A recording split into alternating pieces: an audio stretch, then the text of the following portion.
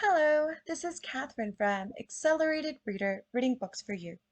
Today I will be reading chapter 63 from Two Worlds, a novel of friends and foes from strange places by Laura T. Lee. Before I begin reading, I would like to give a big thanks to the author for sending me this book to read on my channel. In the description below, I've included links where you may find and purchase this book. Don't forget to like and subscribe. Chapter 63. Lily wasn't sure if her plan would work. She tried to be optimistic and hope for the best.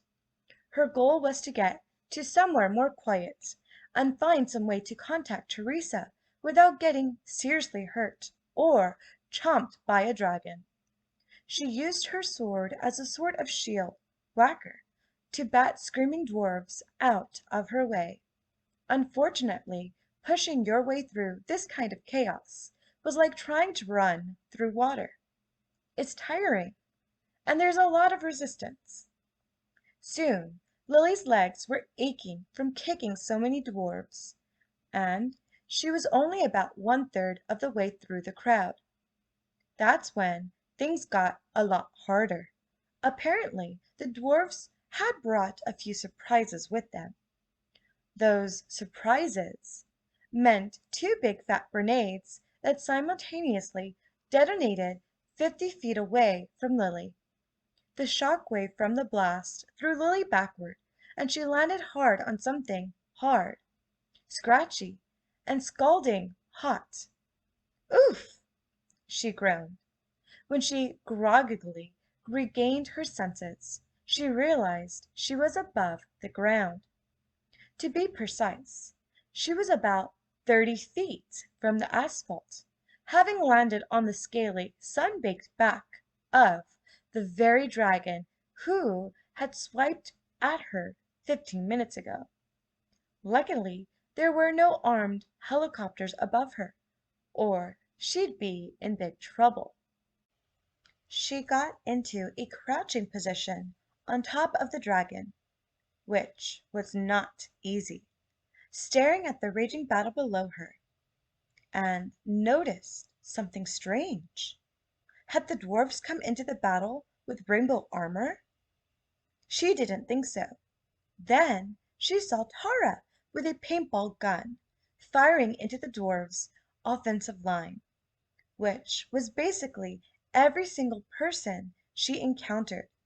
All those poor people who had gone out for their morning walks had been gathered by the police into one shaking group, taking shelter in the nearest building. Lily realized that it might be a good idea for Tara to be with her. After all, a dragon did count as higher ground, but it's no simple task to climb up 30 feet of burning hot, moving dragon. Lily's case was exceptional, and she didn't want one of her friends to be going through that again, unless there was a different way. Lily closed her eyes, feeling nauseous, and thought, "Teresa." The reply came back almost immediately. "Lily, what do you need?" "I need Tara here," Lily answered. "Can I speak to her?" A flickering, gray image of Tara appeared sitting on the dragon's back next to Lily. "Lily, what on earth are you doing up there?" she demanded. I kind of got blown here," Lily replied. "Anyway, listen, Tara, I need you up here next to me." She told her friend the plan. The hologram clutched her misty paintball gun uneasily. "I think I can do it." "Don't say you think you can do it. Be more optimistic," Lily scolded. A faint smile came across Tara's shimmering face as she vanished. Fortunately, Tara was close to Lily's location, so it didn't take her long to get dangerously close to the dragon. "Ready?" Lily shouted. Tara slid her paintball gun into her belt and nodded. Lily took a deep breath, crawled as fast as she could to the dragon's head, and swung her foot at the beast's eye. The effect was immediate.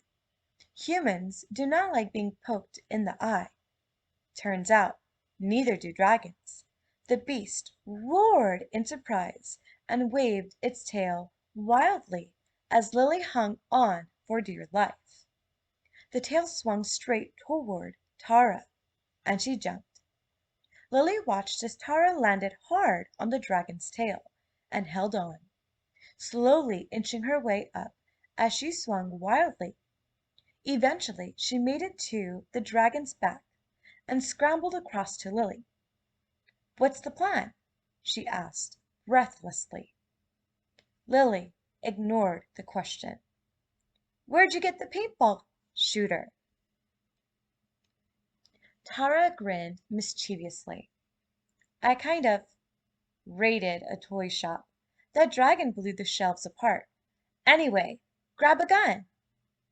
Lily reached out and caught a paintball gun as it sailed toward her. She pointed it at the battle below and paused. "You know, this makes me feel a lot younger." Tara smiled. Thank you for listening. Stay tuned for Chapter 64. Don't forget to like and subscribe. In the description below, I've included links where you may find and purchase this book.